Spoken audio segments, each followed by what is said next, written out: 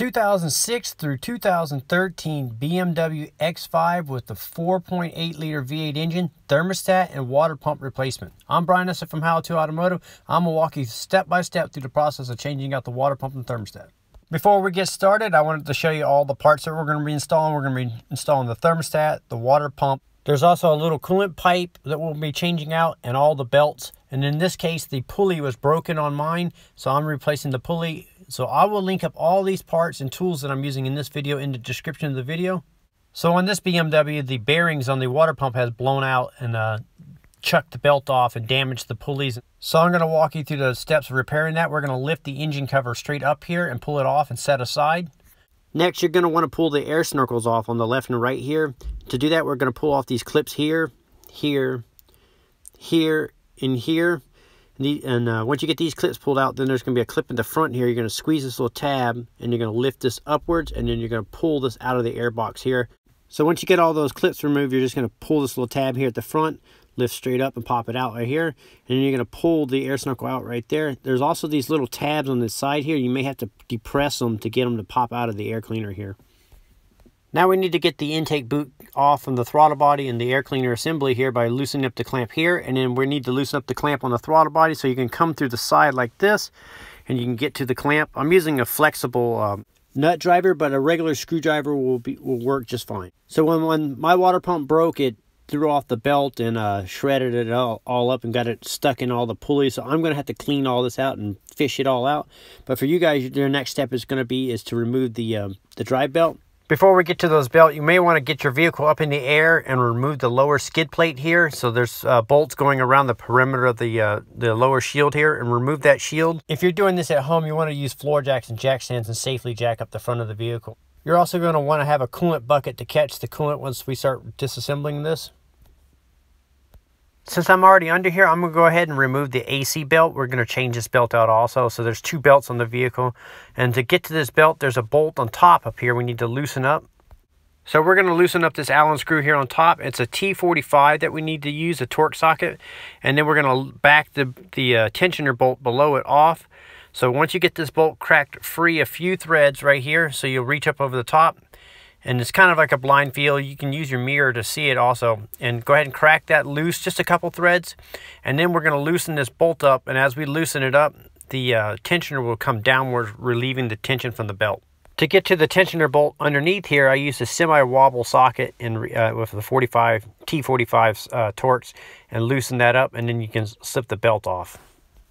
Now back up top, we're going to show you how to remove the drive belt, the main drive belt. There's a tensioner right there. If you look through the main core support here, you're going to need a T60 torque screw like this. You're going to put it into the tensioner here, and then you're going to rotate the tensioner to remove the belt. I also recommend, if your belt's still on, remove the 10mm bolts on the pulley first or loosen them up. So once you get the bolts loose, then you can take the T60 torque socket, put it back into the tensioner, and then you can torque the tensioner over clockwise, and that'll release the tension from the belt and slip the belt off. Now that the belt is removed, we can focus on the thermostat here by unplugging all the sensors.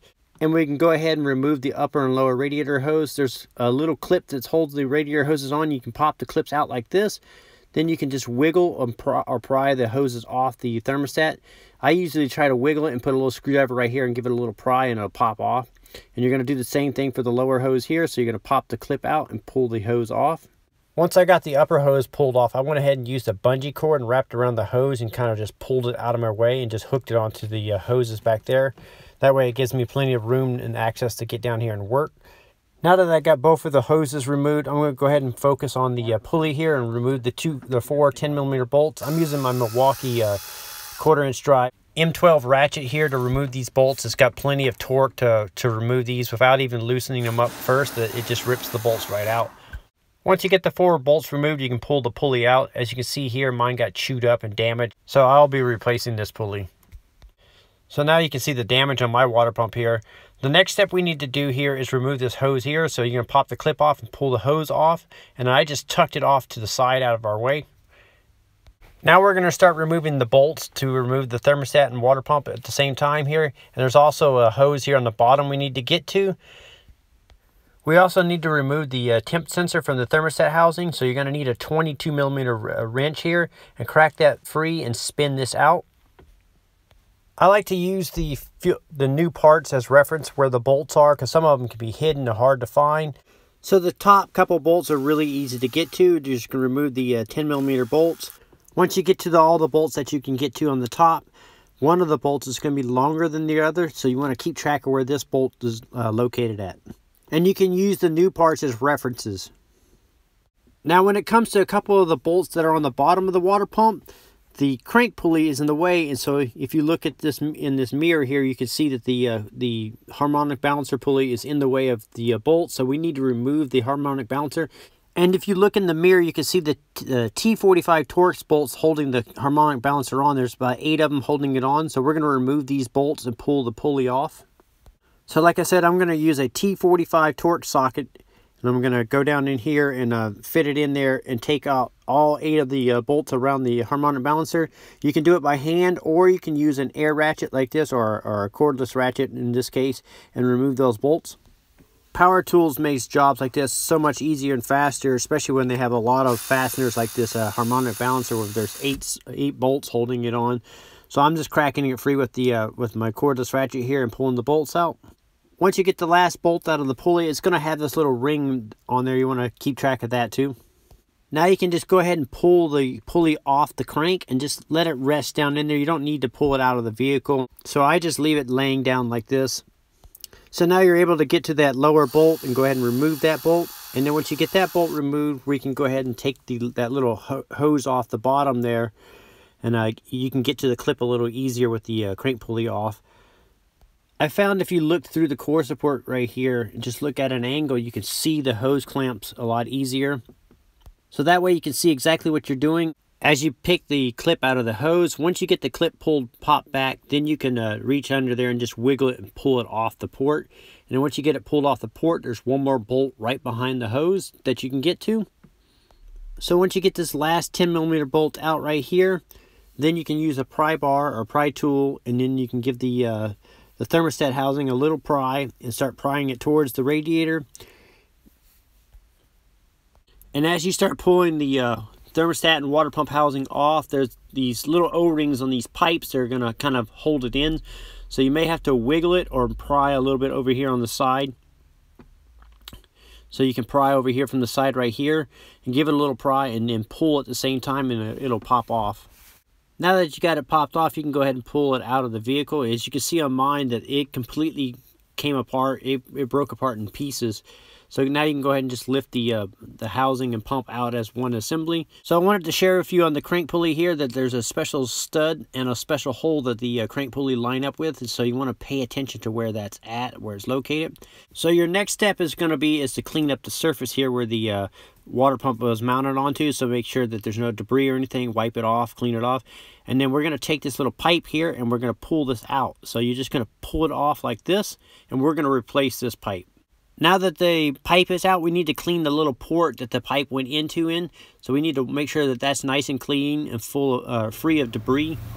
And this is the pipe here that we're going to reinstall. Before we install it, I like to put a little bit of dish soap on the rubber portion of the seals, and that'll help slide it in there. So once you get it good and coated with some dish soap, you can slide it right into place. Once it's pushed in and fully seated, then we can go ahead and lube up the outer seal here with some dish soap. Then we can go ahead and install the gasket that came with the pump onto our new pump, and then we're going to lube the seal that's inside the new pump already, and that mounts onto the smaller pipe here. Before I install the pump, I'm going to go ahead and put the new thermostat on. We need to rob the bolts from the old thermostat here, so we're going to remove those bolts, and then we're going to line up the thermostat exactly the way the old one is, and then put the bolts in and tighten those down. The bolts on the thermostat housing are torqued down to 7 foot-pounds. So go ahead and torque those 3 bolts up. Now we're going to go ahead and line up the ports on the tubes here, and then line up the studs, the little dowel pins on the new water pump. Make sure that gasket's installed, and we're going to push it on until it seats. And then we're going to starting all the bolts. So I started all these bolts by hand, and once I got them all started by hand, I tightened them up in little small increments until the pump is fully flush. So I did it in a star pattern also. And once I got it all run in until they were snug, then I torqued them all down to 11 foot-pounds using a torque wrench. Also torquing them in a star pattern similar to what you would do on a wheel. Now that the pump is torqued back down, we can go ahead and put this little hose on here. I like to lube it up with the dish soap here, the seal on here, and then I'll push the hose on and then push the clip in. So once you get the hose installed on the port and the clip pushed in, you want to give it a little pull to make sure that that's definitely not going to pop back off. After that's secure, you can go ahead and install the lower hose here, the larger one, and plug that in and make sure the clip is on there, and also give this a nice tug to make sure it's not going to pop back off. After that, you can install the 2 temp sensors and make sure that they're plugged back in. You want to make sure that that temp sensor is snugged up. And then after that, we can go ahead and start putting the crank pulley on. Before you install the bolts on the crank pulley, I like to put a little bit of blue thread locker on the threads. This prevents these bolts from vibrating loose and coming back off. So now I wanted to remind you about that little special nipple that's on the pulley. You want to make sure that's lined up, and then you can go ahead and start one of these bolts and start the little metal ring. The metal ring goes on any direction. It doesn't go on a certain way. I actually found it was a lot easier to install this from underneath, because you're able to get a little closer look at the little stud that goes through the harmonic balancer here, and line it up and then push it on. And it was a little easier for me to get my hands in there to start the bolts. Once you get the bolts started on the harmonic balancer, you can go ahead and torque them all down to 16 foot-pounds. I recommend using the star pattern on this also. Now that I have the harmonic balancer torqued down, I'm going to go ahead and install the AC belt here from below. I'll be sure to link up the belts and all the parts and tools that I use in the description. So now I slipped the belt on over the AC pulley and the crank pulley and over the tensioner. Now I'm going to go ahead and tighten up the tensioner bolt. And then once I get the tensioner bolt tightened up, I'll tighten the top bolt above it. Now that the belt is done, I'm going to wash the shield below and then re-secure it underneath. And then I'm going to lower the vehicle back down and install the pulley and the hose here. So I installed the hose, pushed the clip in, and gave it a pull to make sure that it's not going to pop back off.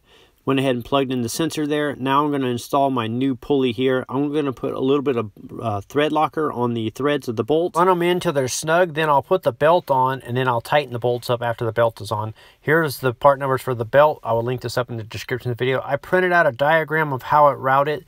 This diagram is courtesy of All Data, so we're going to route the belt onto the all the pulleys, and then we're going to ratchet the tensioner over and then slip the belt on. And then once the belt is on, then we're going to snug up the bolts on the pulley here. So you can tighten these bolts down until they're snug and then torque them all down to 11 foot-pounds.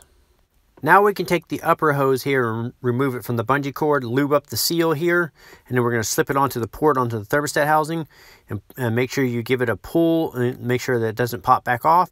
Now we can go ahead and put the air snorkel back on and tighten up the 2 clamps. Now that that's installed, we're going to install the 2 snorkels on the left and right side. So you're going to line it up with the air box, push it on, and then we're going to put the clips in. And you're going to line up the clips at the front and push those on until they're both secure. Then we're going to take the top lid and put it on. It just lines up with the little port, and you're going to push it down until it locks into place.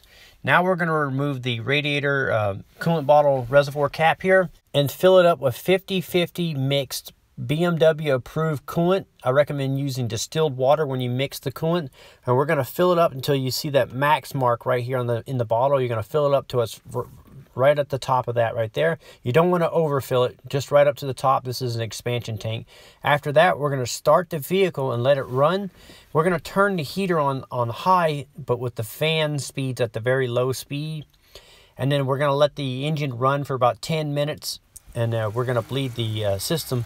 So you're going to run it until the thermostat opens up and the coolant may drop and you may have to top it off. This is a self-bleeding system, so there's no special bleeding technique for it. You're just going to fill it up until make sure it's full to that level. Once the cooling fans have cycled on and the thermostat down here is opened up, which takes about 15 minutes of run time, double check your coolant level, install the cap back on it, take it for a test drive, let it cool back down, and then double check your coolant level. I will link up all the parts and tools that I use in this video in the description. I'm Brian Esser from How To Automotive. I'd like to thank you guys for watching my videos, encourage you to subscribe, invite you to head over to the howtoautomotive.com website for more valuable videos like this. Thank you again for watching.